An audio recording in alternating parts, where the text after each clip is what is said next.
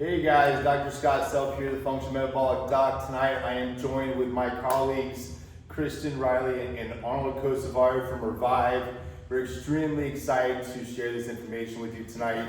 As promised on the last time that we presented some material here, we're going to talk about gut health and why it's so important. For me, the major thing for gut health is, it's the foundation to everything else.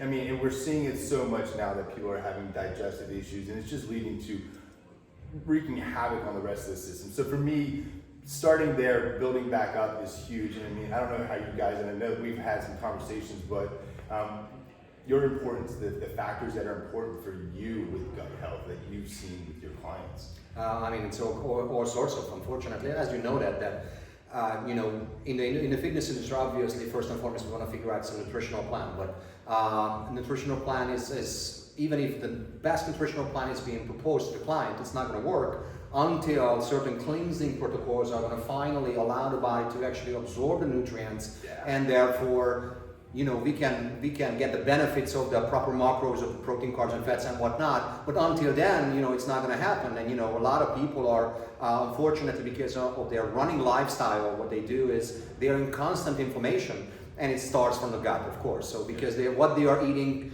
it's unfortunately creates the inflammations throughout the entire body. Many of them ends up having autoimmune disorders, but Yeah, it's the foundation. And that's like you were saying, so many different factors, inflammation, all those things wreak havoc on our GI tract. And if we're not breaking it down, we're not absorbing it, why are we putting it in? 100%. And I think something that's so interesting is that many people don't even realize it. Mm-hmm. And they may be given a diet, like you said, and they just don't understand why they don't feel well. And then they're not even able to absorb any of the nutrients, and they just don't look for answers and solve the problem. And like we've talked about in the past, there's no cookie cutter approach for everyone. There's no one model fits all on diet wise, and that's the thing. It's like we're gonna talk a little bit more about that tonight. But you can see that this is obviously a very hot topic and a very important conversation for us, because we see it time and time again. And in order to get you to the place that you want to go and we want to help you get there, we have to start with the foundation, and that's the gut. So what is GI dysfunction? So for most of you, you think of, okay, I have bad digestion or poor bowel movements or whatever the case is. It's gassing, it's bloating, it's brain fog even, because there is the gut-brain connection. Constant tiredness. Yes, skin issue, fatigue. You're definitely not absorbing. Hair thinning. Yes, hair thinning. There's so many things that come from the gut because it is the foundation to everything else. So, what causes this? So I've seen, medically, the things that typically are the bigger factors. Genetics, obviously. We always have to take genetics into it. Food sensitivities, food allergies, toxins, heavy metals, environmental and antigens, stress, big thing. We've talked about that on every topic that we've touched on so far, because stress is such a big factor. Bacteria imbalances and parasites. So, yeah. And it's interesting, more and more, obviously, we're constantly studying to become better in our fields, right? Now, actually, people are making so many researches regarding that, how far they can go back in someone's life when they actually can create a point that, from then on, they are starting to create some digestive issues or immune problems. And it happens all the way down right at childbirth, when the mom, unfortunately, cannot give breast milk to a child, can produce, or decides not to, which is not a good case scenario. But anyway, it can go all the way back there, because those little kids, unfortunately, they tend to have immune disorders later on in life. Mm-hmm. So, for example, and gut issues and all of those things. Yes. And that's you hit the nail on the head. It starts so early in life, and with those children that are born and can't breastfeed, or the mother can't produce whatever, they're missing a primary bacteria that starts the whole GI, or the microbiome of the GI tract. It's called Bifidobacterium infantis, and it only comes from breast milk. So if the children aren't being breastfed, they have ear infections, they're chronically sick.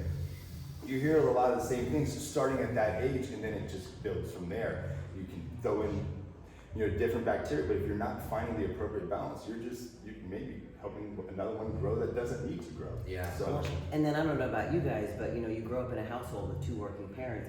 We weren't eating organic food. No. It was sometimes whatever was the quickest thing, and it wasn't necessarily the healthiest. Absolutely, and diet's the biggest thing, and it's even our diets today are nothing compared to even when we were kids. I mean, for us to get a Happy Meal, it was like the greatest thing on the world. Now it's the norm.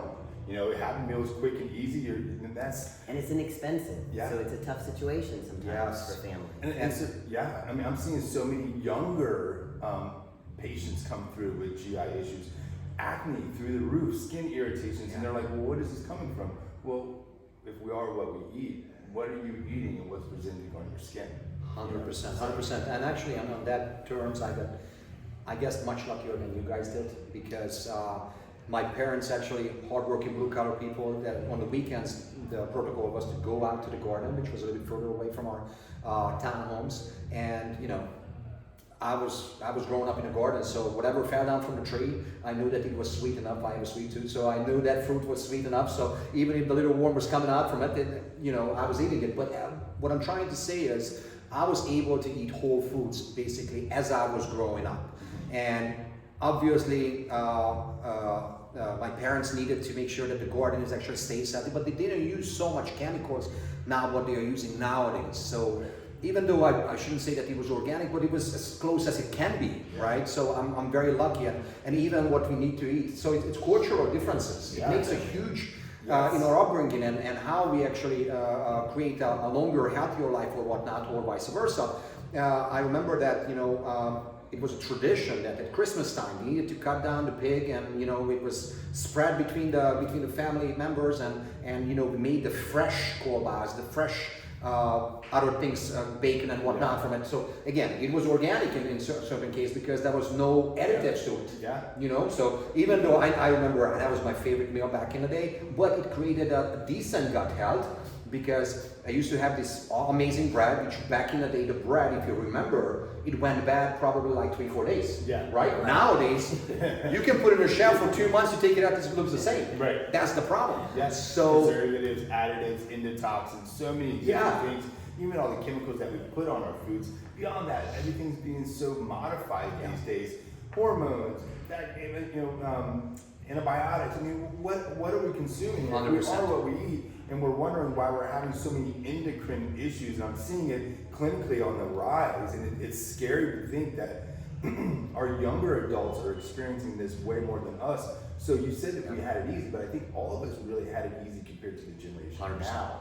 I'm seeing these younger individuals come through that they don't know what's going on. I mean, they're in college and they just don't know how you can't sit in class. They're embarrassed with whatever occurs. It's sad to me that they're exposed to this. So it's a huge thing for me, and I know that it's a big thing for you as well. And I know that with what you guys do here, going through nutritional counseling and doing the nutritional coaching plans and really helping your clients put together the best plan of attack. That to me is huge, and I think that it needs to be addressed way more often.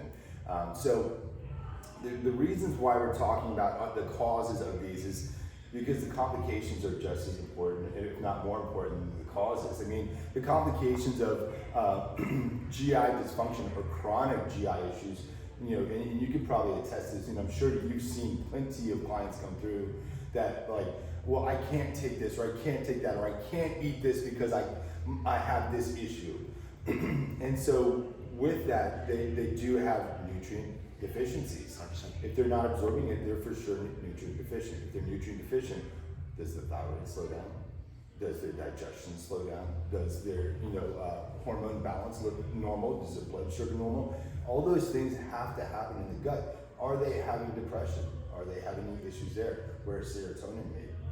Mostly in the gut. So that's why there is the gut-brain connection. So a lot of people deal with that. So nutrient dysfunctions, system dysfunctions, we kind of talked about that too. And then the gut-brain connection. So that's huge.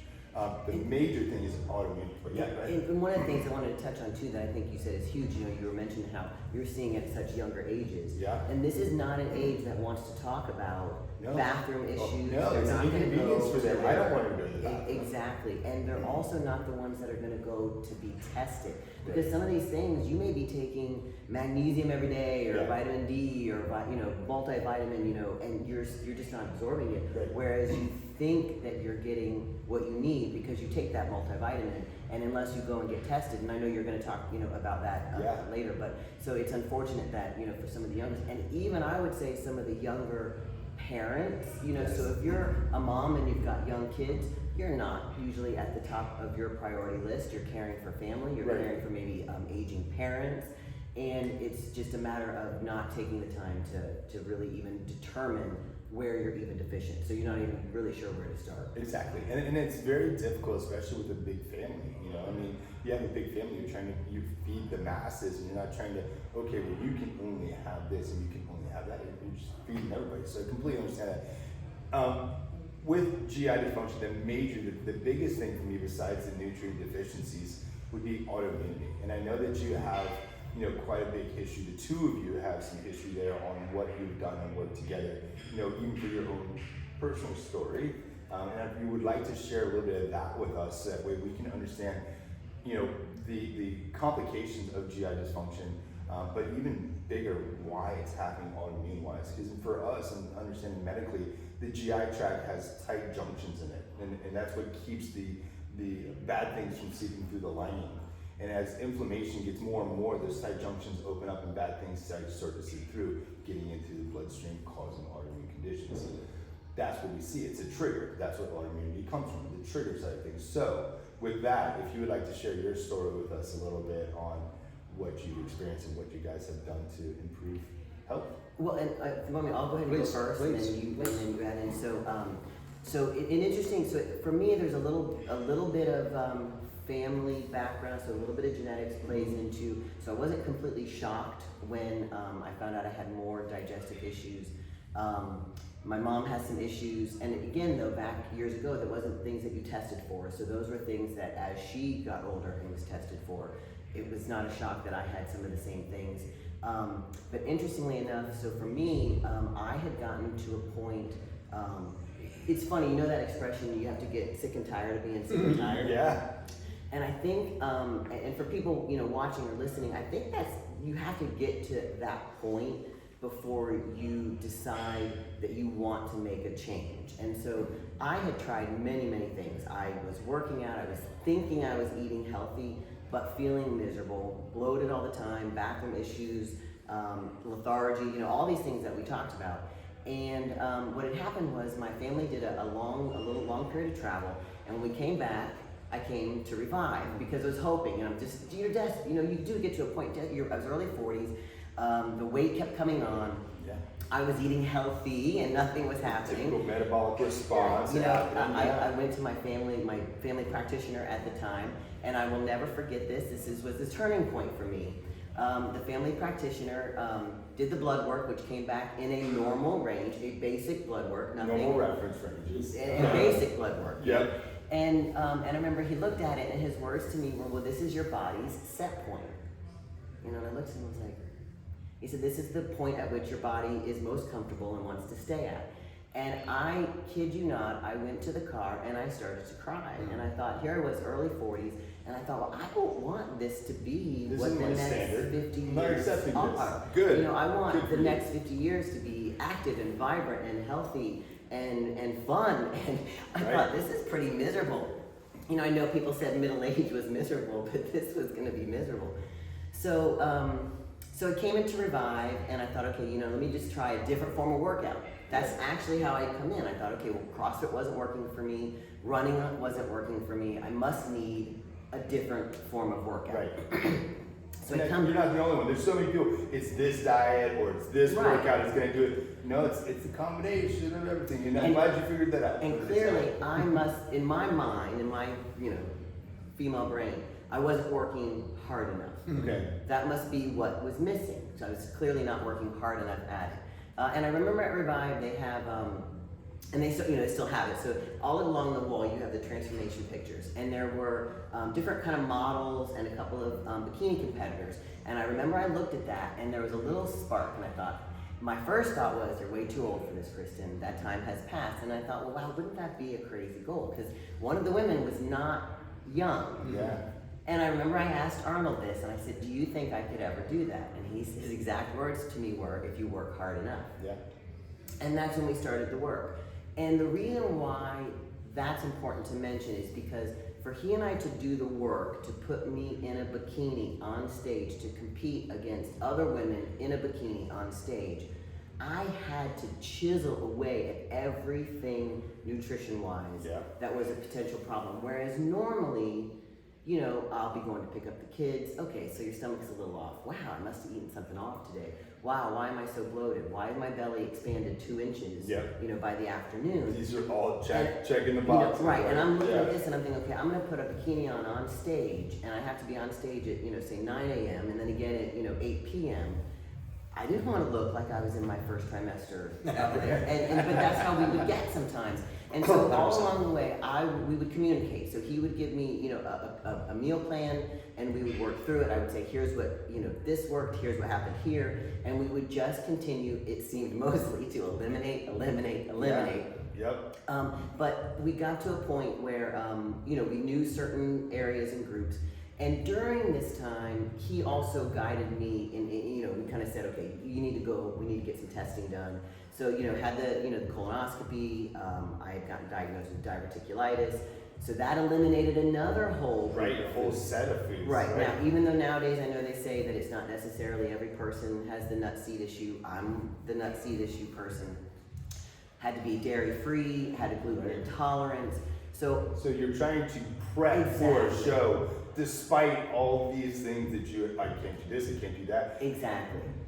How did you put together this plan? Like knowing that you had an uphill battle, but you want to help her reach your goal. I'm sure that inside you're like, I'm gonna take the challenge, and I know that you would. There were probably days that right. You know, honestly, I'm more than happy to take a challenge, of course. But the best part was about Kristen, her feedback, constant feedback, right? Because it's again that nobody can hear a word of a dead boy because he cannot talk, not even his mother, right? So same thing. What Miss Kristen she was telling me that, okay, this one, just as she mentioned, this one is not working, this one bloated me, this one makes me feel good, I couldn't sleep because of this, you know, and such and such.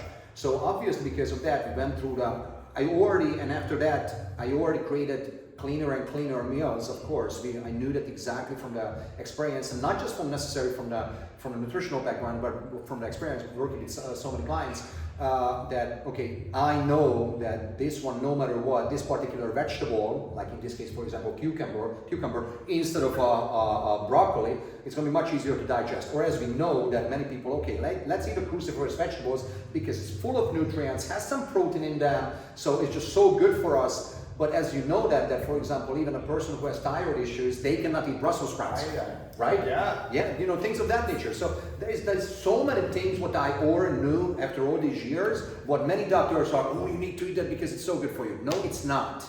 So that's, I think, a huge point, and I just want to point out, and that's what makes it so confusing. So, you know, you think if you're eating a salad or, you know, multiple vegetables in a day, well, many people can do that. There are many people that can't, and that's the point 100%. That I'm at with the autoimmune disease that I had. And you wouldn't realize it, but, you know, I mean, I haven't had a vegetable in a long time. And that's what I love about what you guys do here, is you take the customized approach to the client, to the individual, and say, okay, well, let's build your plan for you. Let's hear your goals. Let's help you achieve your goal, but we have to start here. And so that's what makes this so well working for us. Is our mindsets are, let's rebuild the foundation and then start optimizing on everything from there.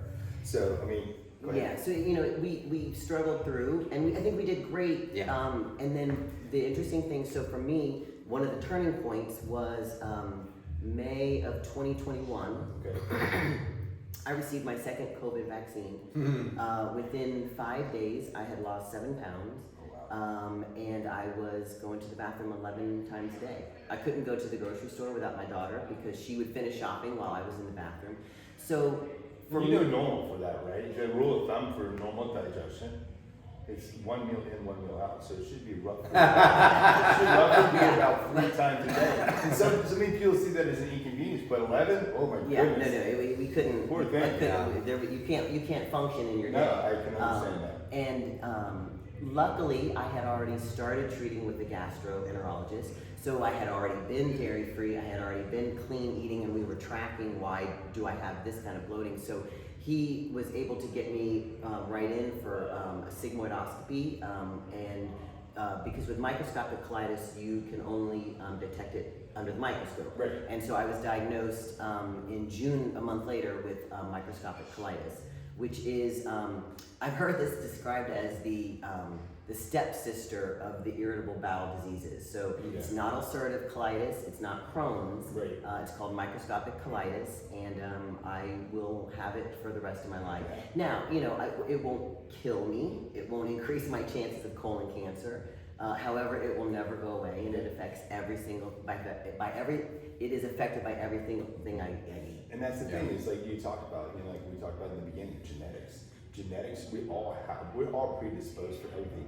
Whether it presents itself or not, it's up to us.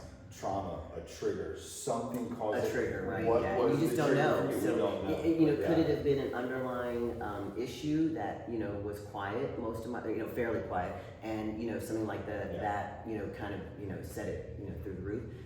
So I've been treating with Mayo for a year and a half, and we've gone through tons of protocols, and it's great. We know what we're dealing with, we know what we're not dealing with. Mayo's been fantastic, and you just go through protocols, and it's kind of my lot in life. And my joke is it's not chemo, so I'm very appreciative. I know what it is. But like you said, with gut health, it affects everything, and so absolutely. I have to focus on everything that I eat. Because any wrong thing, the lethargy, like I said, then the hair thinning, and then on top of it, I turn 52 next week, so I'm thinking, this old age stuff really sucks. You talked about a lot of testing too, and you said that they did a lot of testing. Mm-hmm. That's the number one place to start. And I know that you guys do assessments with all new clients coming in too. You want to understand what their dietary intake looks like and what their plans look like. And I know that you help build plans, what their macros should look like, what your minerals should look like, just really helping them understand what that looks like in the normal world, because a lot of people don't really understand what a protein even is. Oh, 100%. So I know that you guys do that. So if you would share a little bit about that side of it, testing wise and assessment wise, and then I'll talk a little bit about on my side some of the more medical based, like blood tests and things like that. Sure. So obviously, not regarding nutrition, but just to get an understanding of the certain person who is seeking guidance from us. What we do is we do a movement screening, functional movement screening. We do in-body machine as well. Now, the in-body machine is when it comes to creating a nutritional plan, that's what we base it on. Perfect. Because that's going to help us to actually figure out exactly how much lean muscle mass somebody has, and because of that, how much protein they're supposed to consume. Obviously there's all sorts of misunderstanding right now, how much protein you're supposed to consume, especially when it comes to kilograms or for poundage. So we would love to help you with that. Whenever you have any questions, please reach to us. But at the end of the day, once we know that guidance and what's the basal metabolic rate of that certain person, then we can create a nutritional plan. Usually, lately, what I also started to do is I ask the client, whoever is committed, because I don't want to waste my time. That's the only thing what we can control in life, it's time, right? So mine is just like everybody here and everybody who's watching, your time is very, very valuable. So I stopped working with people who are not giving me their nutritional plan, what they're currently eating for like 2, 3, 4 days. Food diet. A food diet, yes. Because if they can't do that, then how can they really commit to don't want to mine? give up their ice cream and cookies and pizza. Food diet is 100% necessary in order for you to start. Yes. Because you don't know where you need to go unless you know where you're at right now. 100%. And again, we're not asking somebody to give us, because many people are afraid, oh, I can't count calories. No. I'm not asking you to count calories. Just write down what you're currently eating. I'll do that one for you. Yes, exactly, right? And it was so, just quickly, I have to mention that we had a lady, believe it or not, every single day, she's in her 65, 68, smiling, very, very happy. And I couldn't believe it, how she's holding on to her health. She was eating ice cream twice a day, twice a day. She didn't have any regular meals, or if she had anything, maybe she had an egg just for fun. And but if she lied to me, then I'm lying to you guys as well. But long story short, finally it caught up on her, and now we didn't see her for 3 months because she has all sorts of health issues now. And that's the thing, is like, to understand it, to do a foundational assessment, a food diary, to do the body, come up with the macros, what you need to put into the system. If it's chronic in nature, even in your case too, with what you've experienced, chronic in nature, what are your true deficiencies?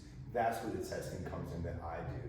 I do those micronutrient tests, seeing not only what's floating around in the bloodstream, but they actually break open the blood cell to see how much of that, let's just say vitamin D or B12 that you took orally, how much of that is getting into the cell? How much can you use? Those are testings that I like to look at. Beyond that, food sensitivities. You guys went through and hammered away, remove this, remove this, remove this. This test looks at IgG, IgA, but IgE as well. So true allergies, but also hypersensitivities, and they expose it to 96 different foods. So testing, there's a lot of great testing out there now to identify what you should and should be putting, should and should not be putting in, that may be good for you, but just not good for your chemistry. So that's what is really important about some of the different testing. Obviously, if there's something that shows up on basic chemistry that could relate to a parasite, on eosinophils, we might want to do parasitology, a stool analysis, to see what the microbiome looks like, see if there are any parasites, if there's any eggs, what do those things look like. So specialized testing is very beneficial, for chronic GI dysfunction, but you got to know where to start, and that's where this is you guys are the gatekeepers. You're the starting place. Like, let's figure out what you're putting in, what we need to change, and then we start fine tuning and really optimizing everything from there. I think one of the things, because I didn't, as a patient, you don't know all the options or some of these testings are available. And I am so thrilled that it's more readily available now, because, it's like you said with parasites, it's kind of easy to treat once you know what it is. You have to know what you're going after. I'm huge for, best bang for your buck. So if I'm going to pay to take vitamins and supplements, at least let me know that 1, I need them, and 2, I'm absorbing them. And so you can test, and then you test like after a certain months or something like that, to see if it's actually working. To me, it's a no-brainer, and I'm thrilled. I'm just a numbers person. I'll track everything. I think that's one of the things I love the most here, like about is the InBody, where you said it tests and it tests your lean muscle. Because I think as you get older, you have to be more focused on what's important. And sometimes for people, like you said, the woman that eats ice cream, they just keep doing it because there's not anything, any downside to it, until they maybe see a test or see numbers. And when you get on that InBody and you see a body fat percentage or a weight, something that you can measure and work off of, I think that sometimes has to be 100%. What changes their path or the direction. You see the light bulb go off and it actually registers. And the same for the testing. When you see that, you go, okay, great, it's right there. It's right there in the papers.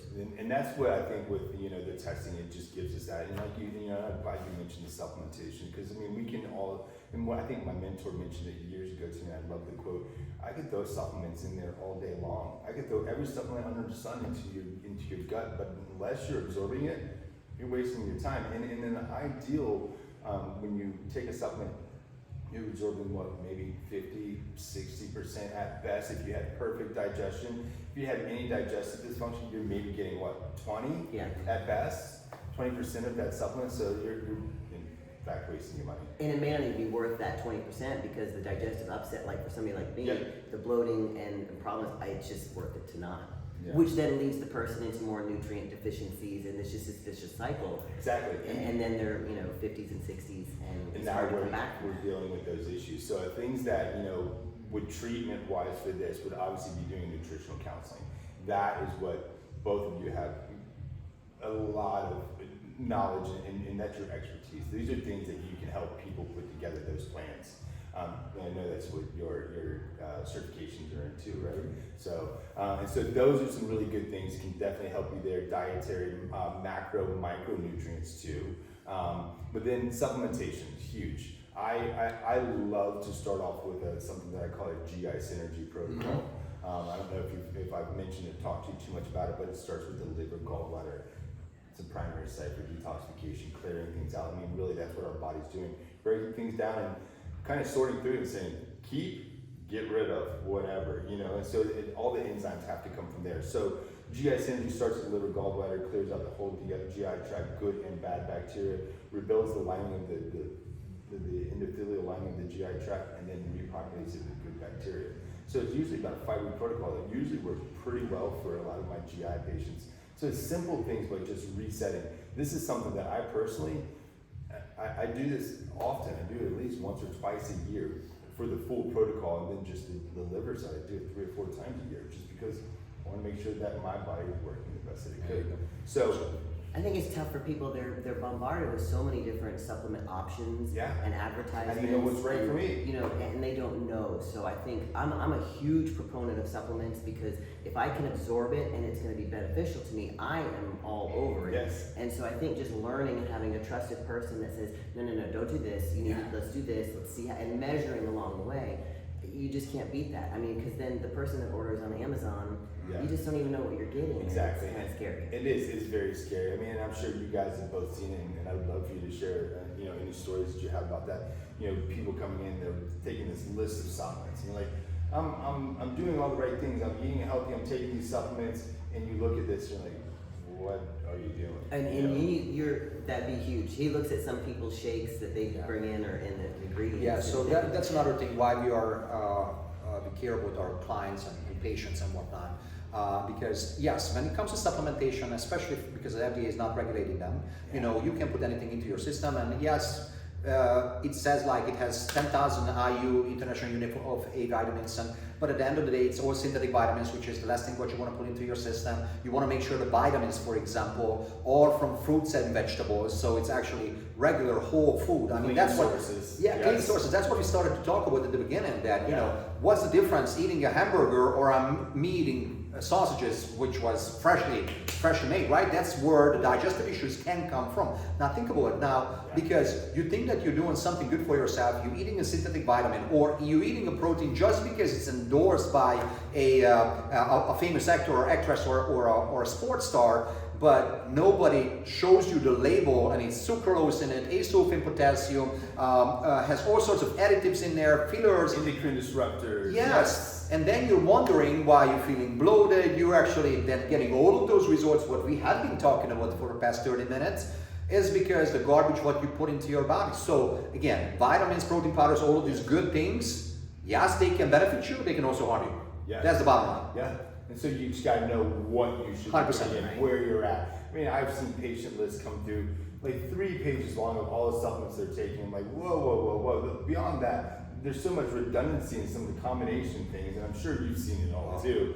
But then I look at this and I run something like that micronutrient test on them, and I'm like, you're taking things that you don't need to be taking. And maybe even too much of something that absolutely. absolutely. And now you're causing a harmful problem. I mean, vitamin D, you have your fat soluble vitamins. How many people are taking vitamin D because that's what the right thing to do is, but are you taking too much? Are you having a problem in your body because you have too much vitamin D now?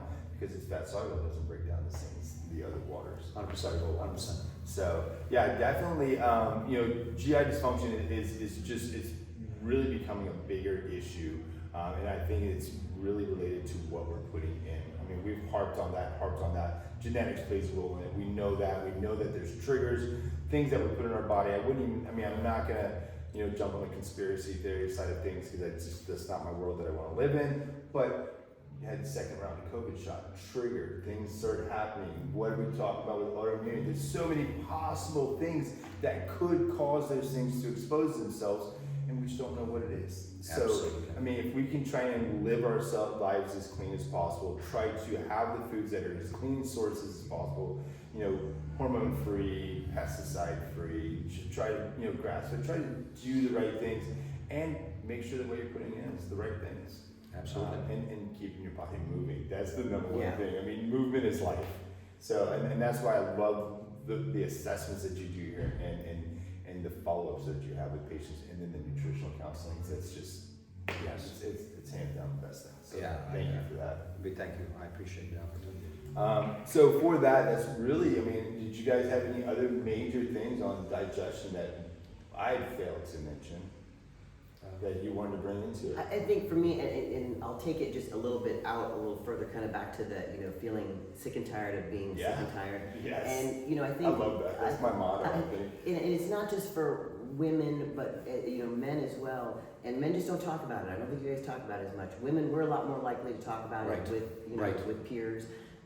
But you have to get past the frustration point because you think you're doing the right thing, and then in a blink of an eye, you're 50 and you're 20, 30, 40 pounds overweight, and it seems like nothing's going to change, and it can change. Yeah. And that's one thing. Start with testing so you know exactly what you're looking for, and get moving. Because you especially as we get older, we lose lean muscle starting at for women age 30 or 35. Yeah, 35. Yeah. And from that point on, you're basically just trying to capture it, hold on to it. So you put on top of that gut issues, stress, adrenal, cortisol, and you got to figure out this. For the most part, people are then taking care of aging parents. Yeah. It's a lot that's on, and it's easy to just give up and say, forget it. I must just not. That must be my set point, and that's how I'm going to be. So you want to look at it and go, no, it doesn't have to be that way. Right. Yep. I refuse to accept it, and I tell patients, and we talk about it all the time. I refuse to accept the aging as an excuse. No, we don't have to age that way. We can control what we're putting into the system. It's a machine. If we give it the right fuel, it's going to respond the right way. If we can keep the machine working, it's going to work right. So we just got to do our maintenance, and that's where we collectively, I love what we have because it's the starting place. Let's do the assessment. Let's get you moving. Let's do the specialized testing. Put together the best plan, customized plan to optimize health and performance. 100%, yes. And if one more last word I can put in there is, as Miss Kristen said, that females tend to talk about it a little bit further more. I feel like that they tend to go after their problems more often, right? And that's why I want to urge the guys. You guys, don't be stubborn, okay? Don't think that you know it all. I know you're a smart guy, but think about it. Why do we die younger than the females? Because they are smarter than us, they are tougher than us. So if you want to outlive them, and you want to collect their money or whatever, you want to make sure you take care of your health. So listen to your signs, whatever you have problems with. If you have extra poundages, make sure you seek guidance. And if your blood sugar is out of your control, if you haven't been going to the bathroom normally because your digestion is too slow, you know that you're not eating well, or possibly we even did a in-body machine here, and you still don't want to follow nutritional protocols. Come on, guys, don't be stubborn. You need to make the changes because we're here to help you. Exactly, and that's the thing is we gotta see that spot when you're sick and tired of being sick and tired. Don't wait until then. Don't wait till then. I want you to take the first step and get ahead of the problem. And that's what preventative care is, instead of just being reactive, like, I have a problem now I'm going to see a doctor. But now you see a doctor, you fall into a medical approach that may not be best suited for you. Right. Which you have to advocate for. You have to push for it. And scheduling appointments and recurring, and just even the testing. It's really usually through a family practitioner. It's a lot more difficult. And it could have been prevented by just taking the right steps now. Yeah. So I encourage all of you listening, and anyone that's out there, that you pass this on to, take those steps. If you're one of these people that are dealing with digestive issues, if you've heard a little bit of the stories that we've shared tonight with even personal stories and clients and patients, don't just sit there and deal with it. And you don't have to. There are answers. There are ways. We're here to help you. If you want to contact Kristen or Arnold here at Revive, I don't know if you guys want to share your information there. And then you can always contact me, Dr. Scott, the Functional Metabolic Doc, if you're interested in hearing any more about any of those specialty testings. Yes. Why don't you say your IG information so that way they can reach out to you? We just do it all through Revive. Perfect. So anyway, you guys can find Miss Kristen or myself, but she is now the officer of the nutritional programming. So if you guys have any questions, please reach out to her, Kristen Riley. She's on our website as well, revivefitnesslife.com, and just send us a message. On the right top corner, there is a quick start button. Just click on that. Give us your information. We're going to contact you. Miss Kristen is going to contact you, and we can go from there. All right, guys? And the only thing I want to leave out there is, one of the things that I said when I turned 50, better at 50. My motto is better at 60, better at 70, Awesome. better at 80. Good. And that's the goal you have to have. Good. Good. So you guys stay tuned. We're going to be posting this if you missed it tonight. I know it's kind of a surprise Instagram Live tonight, but it will be posted for anybody that wasn't able to log in, as well as we do have another talk coming up soon. We talked about it. We want to cover thyroid dysfunction. This is a big topic, seeing huge. It does fall back into this topic of GI dysfunction too. So we'll hear a little bit about this again here in the next month or so. So stay tuned for the information for that. We'll be bringing that information out to you in December. Thank you so much for your attention, and as always, it's been a pleasure working with you guys. It's been great. Thank you so much. And we'll see you guys soon. Bye, guys. All right. See how easy it is.